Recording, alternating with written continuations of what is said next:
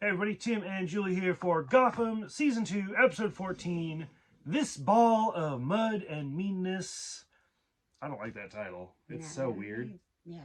And it has nothing, like, if there was Clayface in this... there was no mud. Yeah, there was no mud. A lot of meanness, but that's just kind of the show. So, as we've talked about before, it's kind of broken up into... What? There's the Penguin storyline for this one, and the Bruce storyline. And I guess a little bit of the Gordon storyline. Yeah, not much, but yeah. So I guess we'll go least to most. So Gordon, I don't know, Gordon just was like kind of like you said, he was just in the background for the most part. Like, I don't really have anything about Gordon for this one. No, he talked with Riddler, and he talked to Tompkins.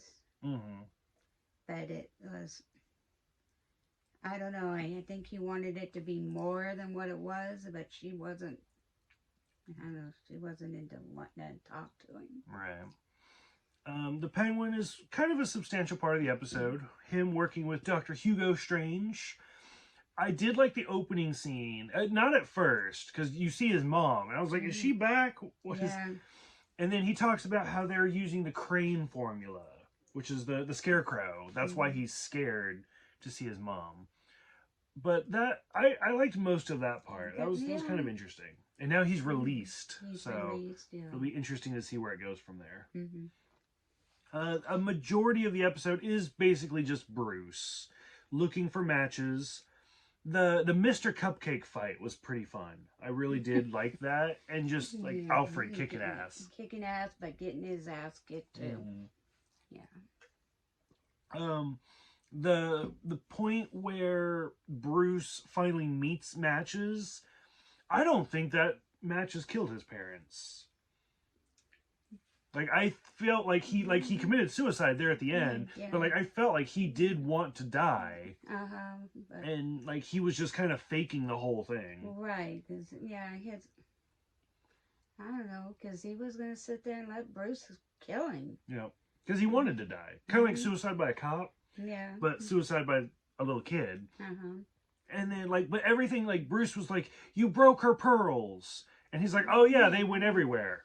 Well, duh. Yeah, if you break something like that, they're all gonna... Yeah, he never had any information. And, I mean, honestly, like, they make the Waynes out to be really important. So if somebody did kill the Waynes, that'd be pretty memorable. So I feel like he just faked the whole conversation. Yeah. Or it wasn't the real Matches. Yes, something was up. Yeah. But, but Bruce couldn't go through with it, which I thought was good on his part. But leaving the gun there. No. Yeah. And he took his own life. Yeah. Which, the way Bruce finds Matches is he goes and talks to Laurie Petty, who's one of my favorite actresses. Like, I mean, she's been in A League of Their Own. She's been in Free Willy recently. She was in Tank Girl. She was recently in Orange is the New Black. But she's clearly wearing Joker makeup with even the scar lines and the green hair. She kind of reminded me of Ellen. I can see that with the short hair. Yeah, short and blonde. And even her way she talked. Something. Yeah. Which she is not a stranger to the DC universe. Do you remember... We watched Batman the Animated Series episode. It was Girls' Night Out, I think. And it's the one where, like, Batgirl and Supergirl team up. And they fight Livewire, who is a Superman villain. And she, like, controls electricity. She's not Ms. Willis anymore. Meet her replacement.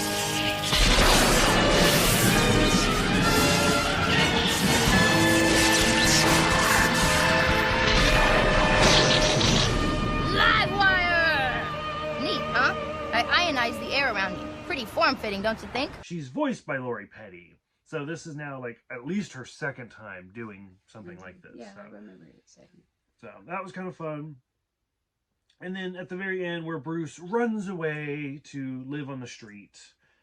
Yeah. So we know in the actual Batman mythology, Bruce does do this at some point. Like, but it's usually later. Like, he's like 18-ish. And then runs away. Like, we see that in Batman Begins as well, where he, like, throws his wallet and stuff in there.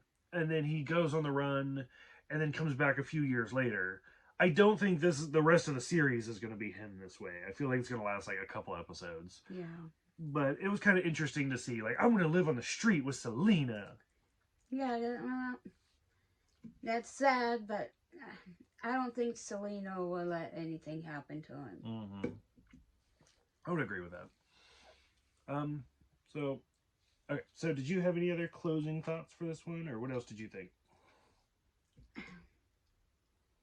Well, like you, I think Hugo. Oh. I think he's gonna, like you said, brainwash. Yeah, I think he I brainwashed think he's Penguin. brainwashing. So now, Cogglepot is under his spell, and so He start doing his bidding. he thinks he's okay, but he's got to be under a spell. So we'll see what becomes of that. Now it'll be interesting to see if he goes back to the bar, or what's he gonna do? Like now that he's just out of jail. Yeah, is he gonna go back to his bar and work, or I don't know. No, guess we gotta go watch. We gotta find out. Okay. Any other closing thoughts for Gotham? No. Nope. Okay.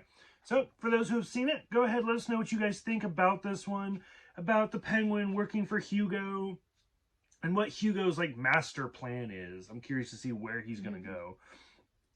What did you think of, like, where the Riddler's going to go? Like, him little drawing his little question mark around Jim there at the end. And then just Bruce living on the streets with Selena.